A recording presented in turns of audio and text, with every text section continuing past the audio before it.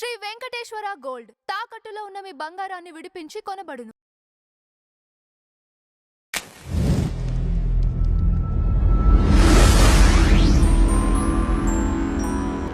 Madam నమస్తే. నమస్తే అండి. మేడం, కర్ణాటకలో రాయచోటి కేసు సంచలనం రేకెత్తించిన విషయం తెలిసిందే.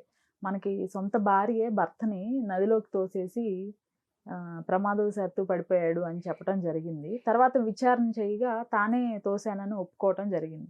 అయితే ఈ కేసులో ఏదో పెద్ద ట్విస్ట్ ఇచ్చారు పోలీసులు అనేది తెలుస్తుంది. ఏంటి ఆ ట్విస్ట్? ఎందుకు మేడం? అంటే మనందరం కూడా ఆ అబ్బాయికి చాలా సానుభూతి చూపించాం. మీకు గుర్తుందా? అయ్యో అదేంటి భార్య తోసేయటం ఏంటి, ఆ అమ్మాయి ఎందుకు అలా చేసింది, రకరకాల ఊహాగానాలు వెళ్ళాయి. ఆ పిల్ల చేయటం కానీ అలా చేయటానికి కూడా మనం మంచి వెళ్తుంది ఊహ, చెడు వెళ్తుంది, అందరికీ అన్ని రకాలు వెళ్ళిపోయాయి. సరే పోలీస్ స్టేషన్ తీసుకెళ్ళాక ఆ అమ్మాయి ఒప్పుకోవటం జరిగింది, అవును నేనే తోసేసానని. మీరు కనుక చూస్తే ఆ పిల్ల చాలా చిన్న పిల్ల, 17 సంవత్సరాలు 8 నెలలు ఎంతోట. ఈ అబ్బాయికి 23 సంవత్సరాలు ఎంతో. అంటే ఇది బలవంతంగా ఈ పెళ్లి చేశారా ఒకటి అంటే పెద్దలు మామూలుగా తల్లి తండ్రి ఏం చేస్తారు, పిల్లకి తొందరగా చేసేయాలి అని ముడిపెట్టేస్తారు. కానీ 18 ఏళ్ళు కంప్లీట్ అవ్వాలిగా, మేజర్ కాలేదు ఆ అమ్మాయి. సో ఇక్కడ ఏం జరిగింది, ఆ అబ్బాయి మీద పోక్సో చట్టం కింద కేసు పెట్టారు.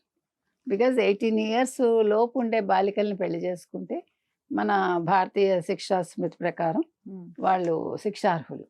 కాబట్టి అతను ఆ రకంగా చేసుకోవటం తప్పు కదా. అంటే వాళ్ళకి తెలియదా, వీళ్ళకి తెలియదా, ఇచ్చే వాళ్ళకి తెలియదా, చేసుకునే వాళ్ళకి తెలియదా. సో ఇప్పుడు అమ్మాయి సేఫ్లో ఉంది. గతంలో మీకు మహబూబ్ నగర్లో ఎక్కువ చిన్న పిల్లలకి పెళ్ళిళ్ళు జరిగిపోయేవి.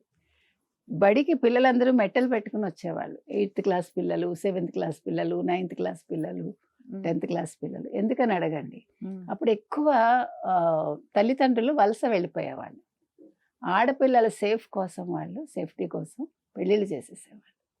ఓకే, అట్లా ఇక్కడ కూడా జరిగిందా అంటే ఇప్పుడు వీళ్ళు వచ్చే నేపథ్యాలు చూస్తే కానీ మనకు అర్థం కాదు.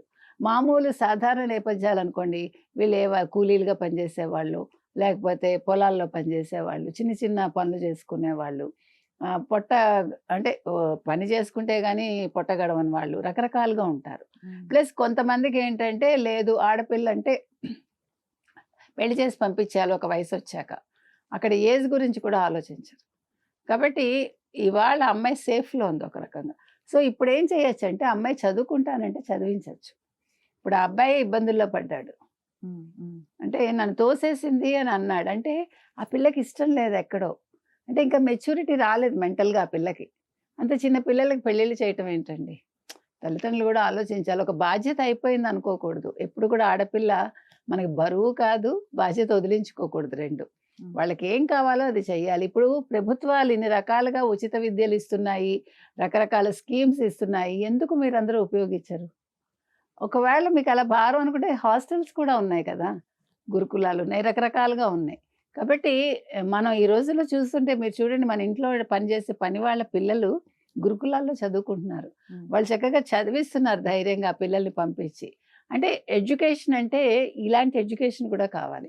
అంటే తల్లిదండ్రులను ఎడ్యుకేట్ చేయాలి ఫస్ట్.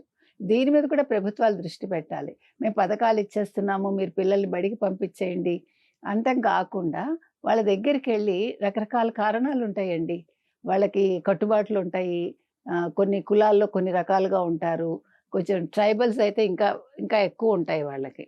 సో వీళ్ళందరినీ ఎడ్యుకేట్ చేయాల్సిన బాధ్యత కూడా ప్రభుత్వం మీద ఉంది. పథకాలు ఒకటే ఇవ్వటం కాకుండా పిల్లలు ఏ రకంగా పెరుగుతున్నారు, పిల్లలు ఏ రకంగా ఇబ్బందులకు గురవుతున్నారు, ఆడపిల్లలు ఎస్పెషల్లీ అనేవి దృష్టి పెట్టాలి. ఈ తాతయ్య కేసులో అమ్మాయి పడ్డ ఇబ్బందులు ఏంటో పోలీసులు తెలుసుకుని ఆ అమ్మాయికి ఎట్లా కావాలంటే అట్లా పిల్లల్ని చదివిస్తే బాగుంటుంది. ఇలాంటివి మళ్ళీ పునరావృతం కాకుండా చూడాల్సిన బాధ్యత కూడా తల్లిదండ్రుల మీద ఉంది, ప్రభుత్వాల మీద కూడా.